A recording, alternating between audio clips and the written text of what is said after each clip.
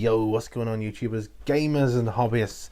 Welcome to this episode where I run through the updates from GW. But today, or this episode rather, because it could be the same day, I don't know. I'm focusing on Faction Eldar. Faction focused Eldar. See? So, without further ado, let's just run through it. Oh, it starts off with the same thing as the last one. Who is Reese, and why should I care? Well, we know all about Reese, so we don't need to talk about him. Reese, the enigmatic Eldari of the craft worlds, have been granted new hope thanks to the birth of Ened. I don't know how you pronounce it. I'm going to have to go on Warhammer TV and have a look.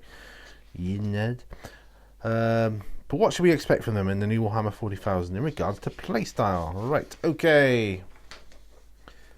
The craft world Eldari, one of the most iconic races in the grim darkness of the 41st millennium, have had a long and storied journey through the history of the game. They have been waging a battle for survival since before the Emperor was a gleam in humanity's collective eye, and they have been forced to do whatever is necessary to achieve that goal. Eldar currently bring a plethora of powerful tools to the tabletop. Yes, they do. Potent psychers, the indomitable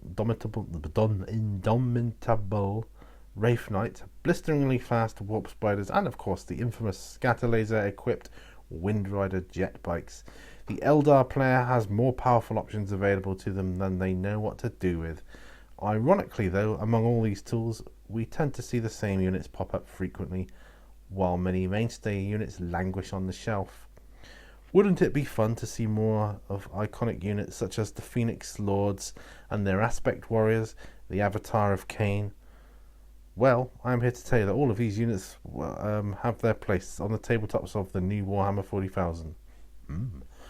Phoenix Lords especially will benefit from a nice 2+ armor save.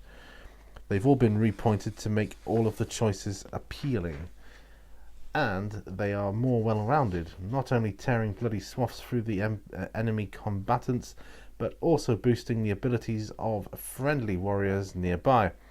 Asa Man specifically is just fantastic, with the Sword of Asa able to deal mortal wounds and nearby friendly units benefiting from an invulnerable save. Sorry if I'm cocking up these pronunciations of names, by the way. Whether you want to play an Iandan Ghost list with legions of Silent Wraith constructs, who you will be quite pleased with, led by Spirit Seers welding potent runes of battle, psychic powers, or an Aeltok army of rangers led by Illic, you can, and they're good. Cool. You'll recognise many of the same elements from your current army as well. High mobility with army-wide special rules as battle focus, and of course the classic powers such as Guide, Doom and Fortune.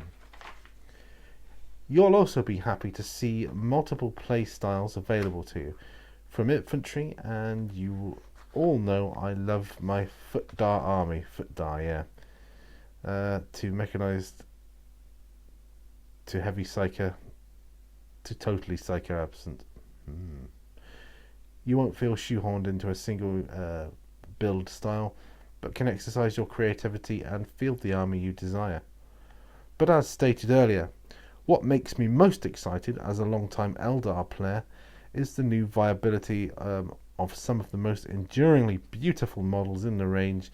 Striking Scorpions particularly are just vicious combatants that will strike fear into your opponent and disrupt their battle plans with the Masters of Stealth special rule and their Mandiblasters, softening up enemy units at the beginning of the fight phase by dishing out mortal wounds. Well, that was a bit of a mouthful, all that. Howling Banshees get a new lease on life too. These girls are now faster than almost any other infantry unit in the game, and nearly always get to go first in the fight phase, even if they didn't charge. That's a bit interesting, isn't it? So it sounds like they're keeping the Eldar in the top notch of top-tiered armies, isn't it? That's what it sounds. That's what it's sounding like to me here. I'd be remiss though not to mention the man himself, the Avatar of Cain, With an ability that means he can even ignore some mortal wounds, he'll be better protected than ever while filling your army with the fighting spirit of Kayla Mensha Kane. If any unfortunate soul survives to challenge him directly, I can tell you there are a few models that can deal as much melee damage as the Avatar can with the Wailing Doom, which allows you to pick the highest of 2 dice rolls when dealing damage. Wow. Even Robote Gilliman must tread cautiously with this adversary. As a bit of a sneak peek, take a look at his iconic weapon, the Wailing Doom, to see what we mean. Now we have a table. The Wailing Doom. It's a melee weapon, +2 strength, -4 AP, d6 damage. Abilities: roll 2 dice when inflicting damage with this weapon and discard the lowest result. Wow. The Wailing Doom. Shooting. So it's a shooting weapon and a melee weapon. That's interesting. Very interesting. That's a 12-inch range. That's assault 1. That's strength 8. AP -4 again. d6 damage. So there's much more to say, but for now, you've come to the end of today's article. I hope you're all as excited as I am for the future of the craft world in the new Warhammer 40,000.